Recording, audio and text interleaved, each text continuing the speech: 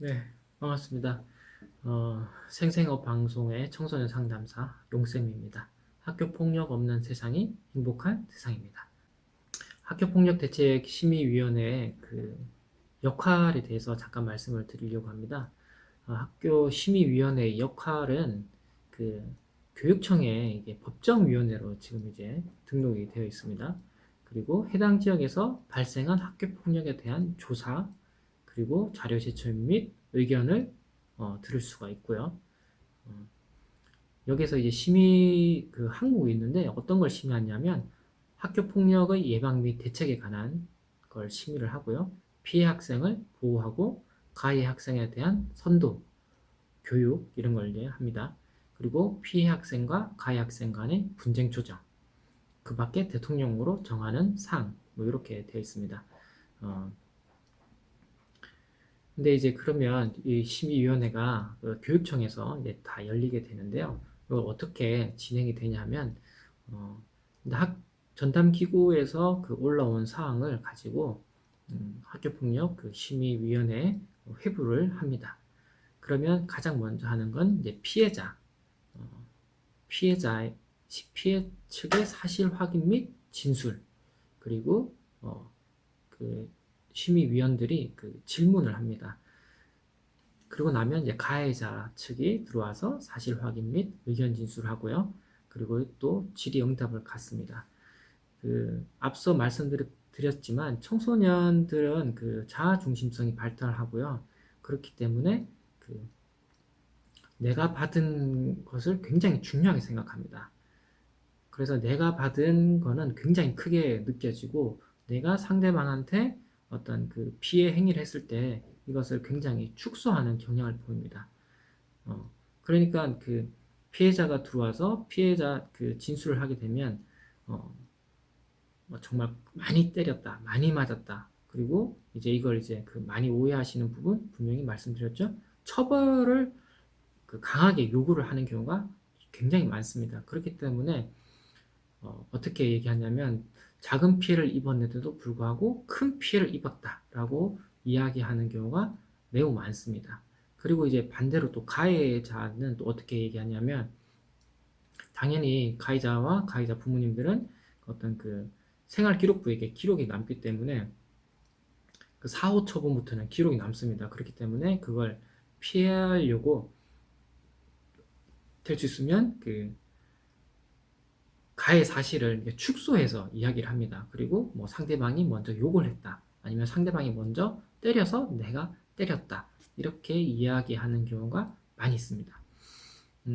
이거는 이제 사람은 누구나 자기 보호의 본능이 있잖아요. 그래서 그걸 이제 방어 기제라고 하는데 그 방어 기제가 발동해서 당연히 좀 내가 받은 피해는 좀 이렇게 과장되게 얘기하고 내가 떤 했던 행위는 좀 이렇게 축소해서 얘기하는 게 너무나 당연하다고 심리적으로 너무나 당연합니다. 그러나 너무나 당연한 두 가지가 만났을 경우 서로 상반되잖아요, 주장이. 그랬을 경우 이것이 쟁점 사항이 되는 겁니다. 그래서 이 쟁점 사항들을 확인하는데 그, 위원회 위원들이 이렇게 여러 가지 질문을 통해서 쟁점 사항들을 해결을 합니다.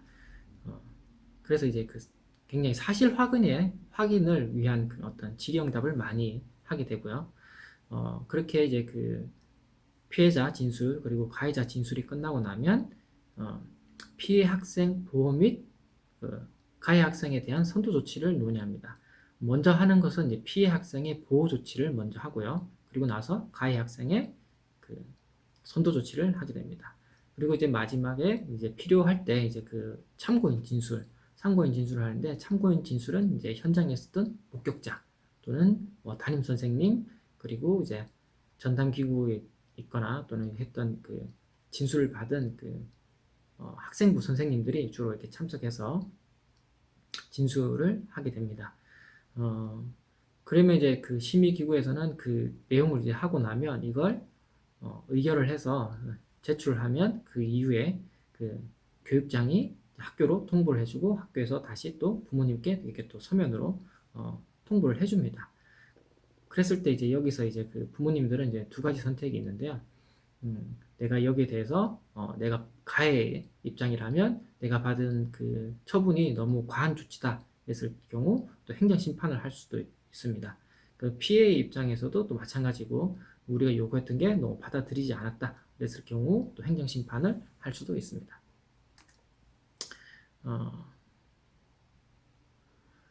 그러면 이제 이제 이렇게 진행이 되는데 이제 진행을 할 때 물론 이제 그 민주주의와 비슷하게 이게 운영이 되기 때문에 뭐 위원회, 소위원회 뭐 10명이면 과반수의 출석으로 그리고 과반수의 의결로 해서 결정을 하게 되고요. 심의위원들 중에 그 제척 기피 사항이 있습니다.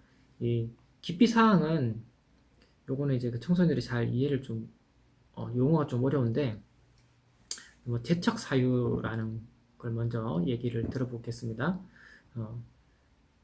제척 사유라는 것은 그 가해나 피해 청소년, 특히 가해자 청소년인데 그 친족일 경우가 그리고 그 배우자 또는 전의 배우자였을 경우, 친족일 경우 이럴 때 그 제척 사유가 됩니다. 위원들 중에 그 가해 학생과 어떤 그 깊은 연관관계가 있다 이렇게 보는 거죠. 그래서 깊은 연관관계가 있을 때는 그 위원회를 그 사안을 검토할 때 그분은 잠깐 빠져 계시는 게 되겠습니다.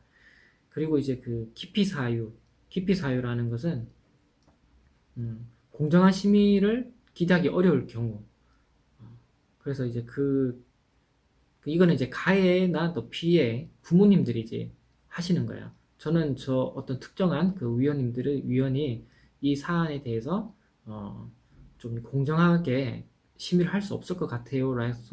라고 말씀을 하시면 그 위원은 그 자리에서 나가서 따로 대기를 하게 되겠습니다. 그게 바로 기피 사유가 되겠습니다. 그리고 이제 그 사안 내용을 그 심의위원들한테 이렇게 먼저 소면으로 이렇게 대략적인 내용이 이렇게 오고요. 그리고 이제 그 사안을 심의하기 1시간 전에 저희가 미리 가서 사안을 이렇게 살펴보는 시간이 있습니다. 그 시간 동안에 그 가해 또는 피해 관련 그 학생들의 그 인적 사항이 이렇게 나오는데요. 그걸 보고 심의위원들이 저는 이 아이와 어떤 그 특별한 연관 관계가 있을 경우 그 자진해서 회피를 할 수도 있습니다. 그래서 제척할 수도 있고요. 기피할 수도 있고요. 그리고 자진해서 회피할 수도 있습니다. 그리고 이제 심의위원들이 대부분 여기에 나오는 모든 내용을 다 비공개로 해서 처리를 하게 됩니다. 비공개하고 제가 말을 잘못 드렸는데요. 비밀 유지를 하고 회의를 참석하게 되고요. 회의 내용은 공개하진 않습니다. 그런데 이제 그 부모님들이 그걸 요구할 때가 있습니다. 가해나 피해 쪽에서 그랬을 경우 이제 행정심판도 하고 회의 내용을 공개를 요구했을 경우 그는 따로 이제 공개가 됩니다. 그래서